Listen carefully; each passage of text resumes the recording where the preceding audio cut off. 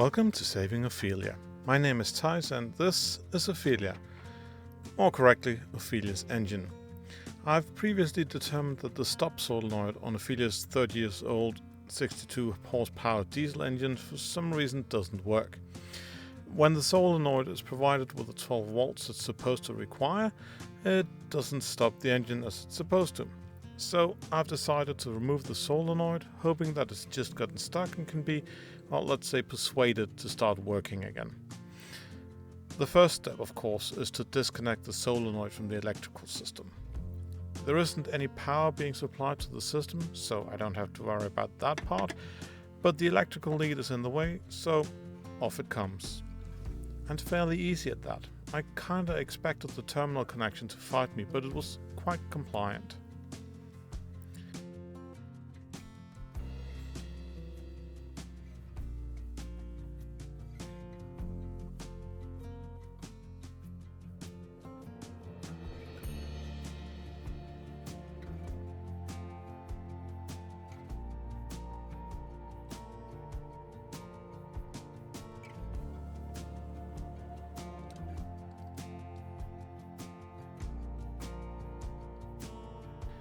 With the electrical lead out of the way, I just needed to find a socket that matched the size of the solenoid. Well, first of all, I needed to get the socket wrench and the sockets out of their case, preferably without dropping any of them into the swamp under the engine or even worse into the water tank.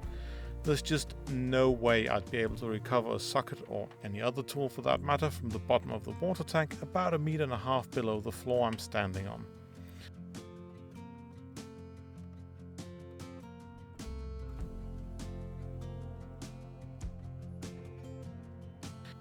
So getting out the tools without dropping anything took quite a bit of time, and normally I'd use some editing magic to cut out the waiting time, but I wanted to show you this entire process in real time, so I do apologize for keeping you waiting.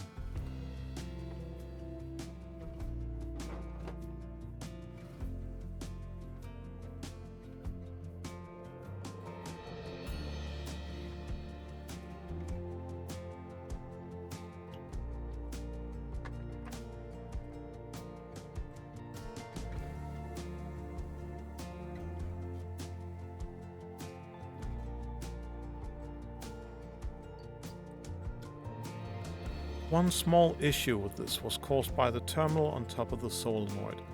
The socket that matched the width of the solenoid wasn't quite deep enough to both cover the solenoid and be correctly locked onto the shaft of the socket wrench. With a bit of bodging and half-assery though, I managed to loosen the solenoid with the socket just fitting loosely on the shaft instead of being locked in place. Even though this optimized my chances of dropping said socket into the swamp under the engine, my half-expected mishaps remained oddly absent. Even more odd was the fact that the solenoid didn't fight me in the slightest. Once cracked loose with the socket wrench and a minimum of force and then turned a few times, I could screw it out with just my fingers.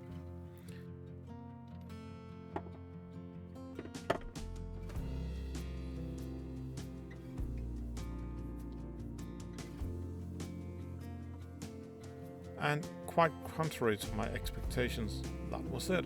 The solenoid was off the engine.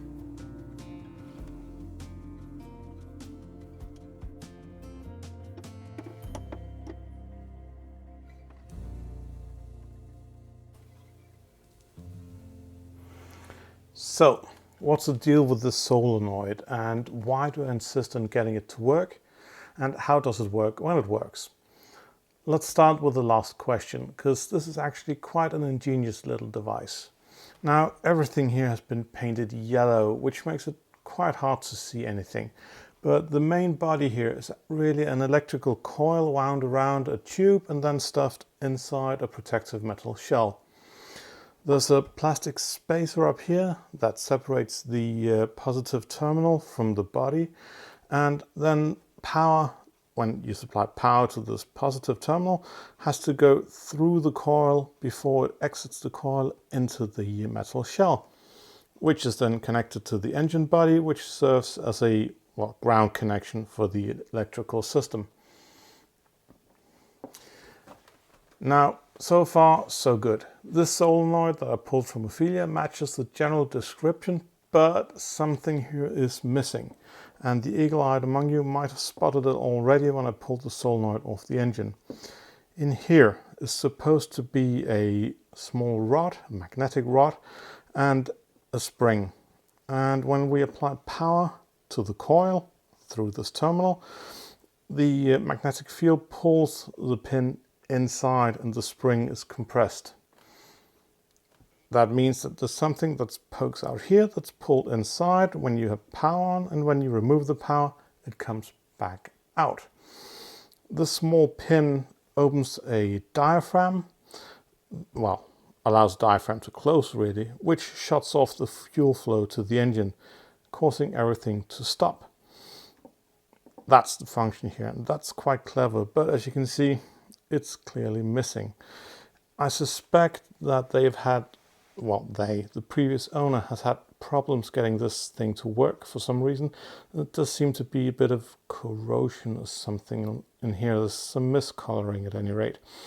And when they couldn't get it to work, well, they might just have pulled this thing out, because without this functioning, the engine will definitely run, but you can't stop it electrically. I can still stop it with a small lever that's placed close to this on the engine, which does exactly the same thing. It cuts the fuel supply to the engine. But now we're getting to point 2 here. The first question really about why I insist on having this working. That small lever is quite close to the moving parts of the engine, which means that to activate it, I have to reach around a running engine, and I get uncomfortably close to the belts, the moving belts on this running engine, and I really don't like that. So I would really like to be able to shut off the engine with the push of a button. Also, in the quite unlikely event of an engine fire, I know it's unlikely, but still, if it were to happen, I would prefer not to have to reach in and shut off the engine and the fuel flow with anything really. The only thing I want to poke inside the engine bay, if that were to happen, would be a fire extinguisher. So that's why I want it to work. Anyways, as the rod and the spring in the center of the solenoid are missing, my hope of persuading this thing to actually work, well, that's kind of futile. That's never going to happen. So I'll have to find a new one. That turns out to be, well, not really complicated, but it might be expensive, and I may have to wait some time. The easy option would be to order one from the manufacturer of the engine, Vitus. But they want something in the neighborhood of, well, $100, $150. Well, it doesn't matter if you say euros or dollars really, because that's the kind of money they want for this thing. I might be able to find a cheap one elsewhere, but then we have a small issue of waiting. So I'll see if I can find a quick fix for this, and hopefully have one tomorrow, because I was told that any mechanic who fixes tractors should have something like this lying around, and there should be a tractor mechanic or two on the island, so I'll cross my fingers and hope that I'll find one. Private drone flights, for any reason, are unfortunately strictly prohibited in the area where I live. This is due to the town being right in the flight path of medical drones servicing a nearby hospital. So, until now I haven't been able to get any recordings of Ophelia other than from the ground level. However, Ophelia's neighboring boat, the Sayonara, is also being refitted, and currently she's having her rig painted. To that end, a mobile lift was brought in, and I was fortunate enough to be offered the opportunity to get a few, we can call them aerial shots done, of Ophelia from up there.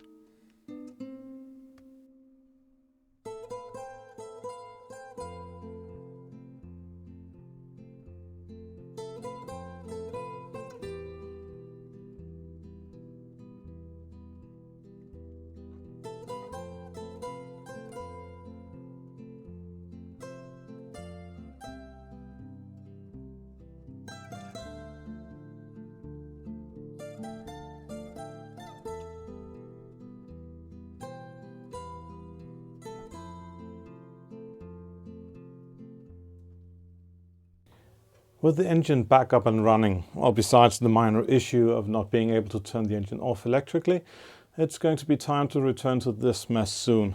Specifically, this mess down here. Of course, I'll need to clean everything else up, but this was caused by the leak. And, well, I need to have everything out here and dried up. Fortunately, it seems that the temporary repair holds up just fine. There isn't any water coming in there. What you can see, or might be able to see here, is just leftovers. I wasn't able to dry everything out with a sponge and a cloth, so it kept being wet. But fortunately, it doesn't seem that any of that water came from the leak. If there's water coming from that leak, it will evaporate about as quickly as it comes in, so no problem. But I will need to have Ophelia hauled out so I can fix this permanently. Unfortunately, it seems that it's not going to be possible to get that done where she is. Not for a reasonable price. They want quite a lot of money to have her hauled out here, so I'll keep looking for other options. Hopefully it won't take too long. But with the engine running, I have options now. I can move her to somewhere else where I can have her hauled out. That's a good thing. For now though, I'll turn my attention back to the small stuff on the engine, because while I was messing with the solenoid back here, back that direction, I noticed that the belt, the drive belt here, has become, well, fairly loose. So I'll need to tension that. And while I did implement this quite clever tensioning device, unfortunately not my invention, I can't turn it, and that is my fault, because it will touch on the body of the alternator here, and, well, the body of the engine is in the way. So I'll need to move this out just a bit, about a centimeter or so up here. Should do the trick, so I think. So, and this down here is a mess because that small bolt isn't sitting correctly. So I'll need to take this off and have some kind of, well, spacer inserted down here. Probably just going to be a nut. And then probably I'll need to replace the bolt because it's not going to be long enough. I have about a centimeter or so back here, but I don't think it's quite enough. So I'll probably need to run and buy a new bolt, but that should be fairly simple here. Loosening this and, well, fastening it correctly down here, and then get a new bolt, and, well, Bob's your uncle. That should be it.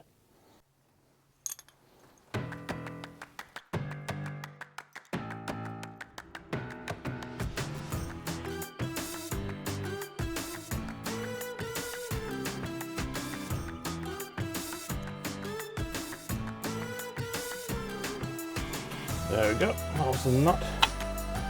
Then bolt should be, oh, that was probably a washer and sailing. Oh well, stuff like that happens. And I'm not going to poke my hand into the swamp to get that out. I dropped my, well, socket wrench at some point, and, well, I had to go in there to get that out, but yeah, I'm not going to do that. Full washer. I think I might install an extra nut here as well to keep a bit of a distance, because this was a bit of, there we go, another one to the drink. Good thing I have more, but I think I'm going to install an extra nut here to keep a bit of a distance from the body, as well as over here where I need to keep a bit of distance from the engine body. Also, when I'm looking at it right now, I can see there's a bit of a height difference, about, well, what is it? That's a bit over half a centimeter, and that will cause a bit of an issue if I don't have something that equals it out. So yeah, that was the reason this didn't work exactly as intended. But I think I'll need to go buy a few parts to get that in order. So I'll have to do that now. Before I run off to get supplies though, I should probably make sure that I know what kind of a bolt it is, because yeah, don't want to go buying something that I then can't use. This is very likely an M8. So let's see how big is that hole. Yeah, 8.3 millimeters, and it's not threaded. It's just a hole going straight through the block. So as long as something is smaller than 8.3, I can use it. And then I need it a bit longer than this one. So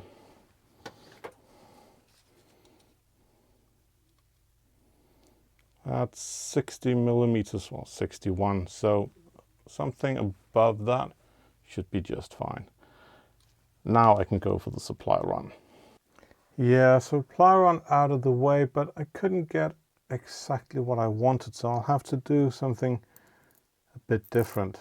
And well, if I thought about it, I could probably just bought a short M8 bolt for this, but I'll settle for now on an M6 and a small washer and a nut.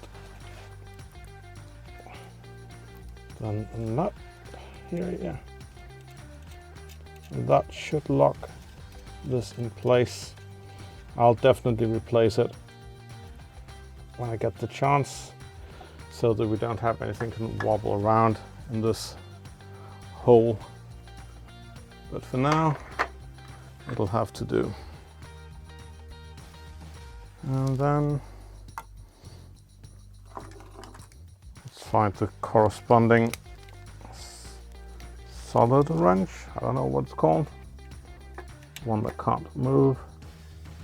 Yeah, that will be the one.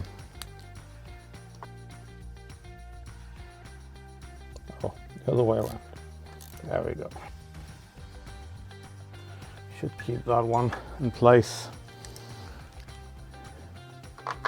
Then, oh, better remember to put the tools back in place so I don't end up dropping something once again. Then, yeah.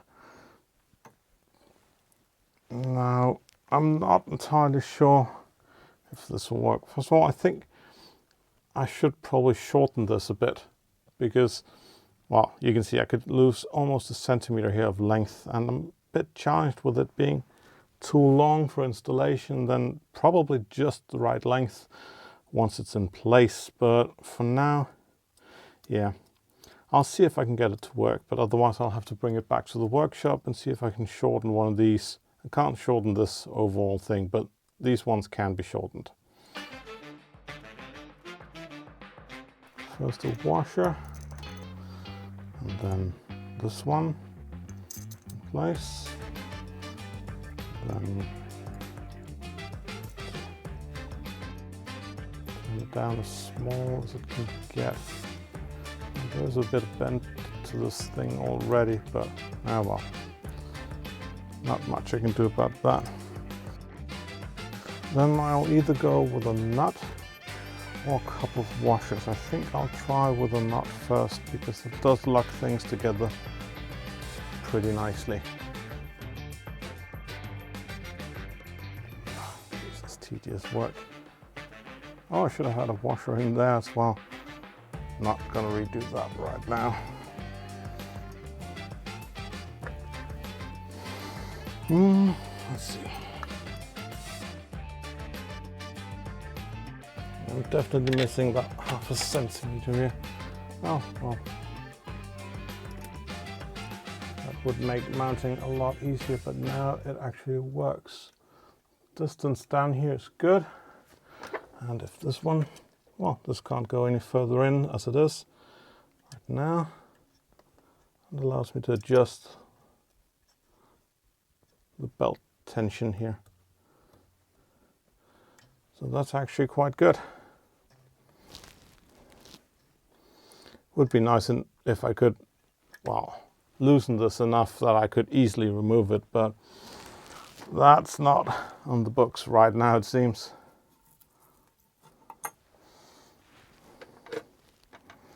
And this is where things get slightly tricky because reaching back here. Oh yeah, I'll definitely need a longer bolt because it just pokes through. I can feel it, but no more than that. So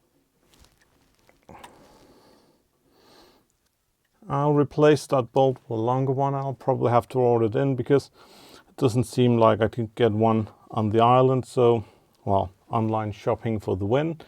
And then I'll shorten this thing in here a bit, but there's no reason for you guys to hang around and watch me do that. That's kind of trivial. So I think I'll end things here because I can now adjust the tension. Can't start the engine because, well, the solenoid's not in place, so there's an open hole in the fuel system. But this thing will work when I need it to. And I guess that's the main point.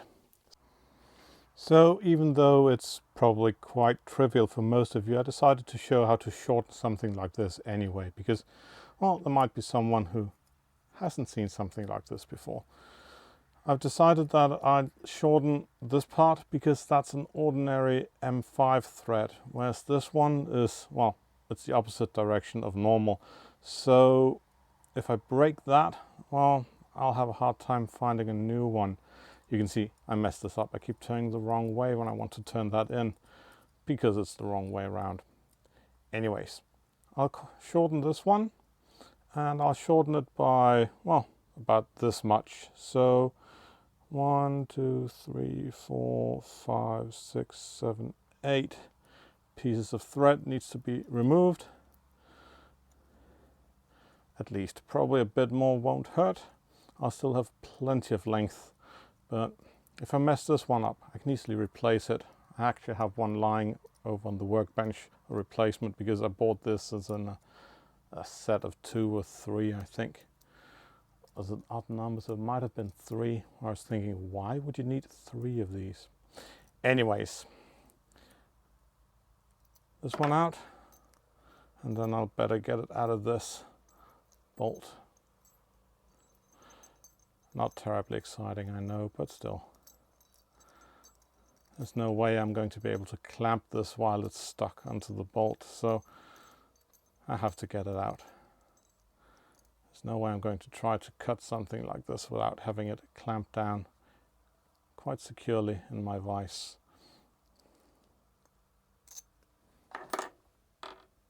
There we go.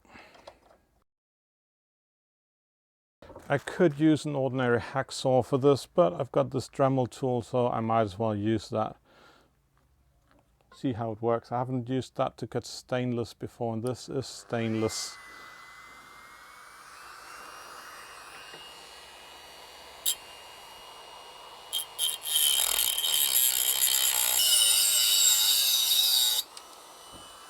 There we go. Then I think, yeah, I can see if it matches. It might just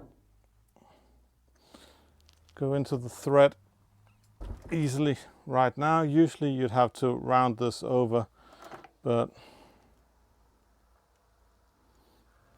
yeah, what do you know? Straight in, no issues. Yeah, I think I'll round it over anyway, just because this will leave a quite sharp edge otherwise. And I'd usually use the grounding wheel. Grounding wheel? Oh well. I think that's what it's called, the grounding wheel for that, but no point when I'm using this anyway.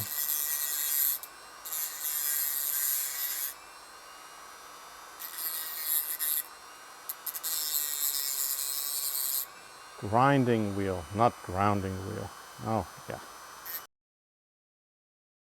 I think that should do the trick.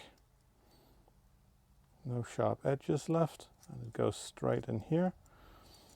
It's not entirely symmetrical anymore, so there's quite a limit to how far out I can get it. This one will pop out before this one does, but that doesn't really matter because there's no way I'm going to use the entire length of this anyway. There we go. That shortened it quite a bit. I won't have time to mount this on the engine because well, I need to start rendering this video, otherwise I'm going to be quite late this week. But you've seen it before. You saw me take it off and put it back on twice, I think. So, well, that will be just the third time. No point in doing that. Anyways, I hope you will tag along again next week, and I do hope that you have a good one until then.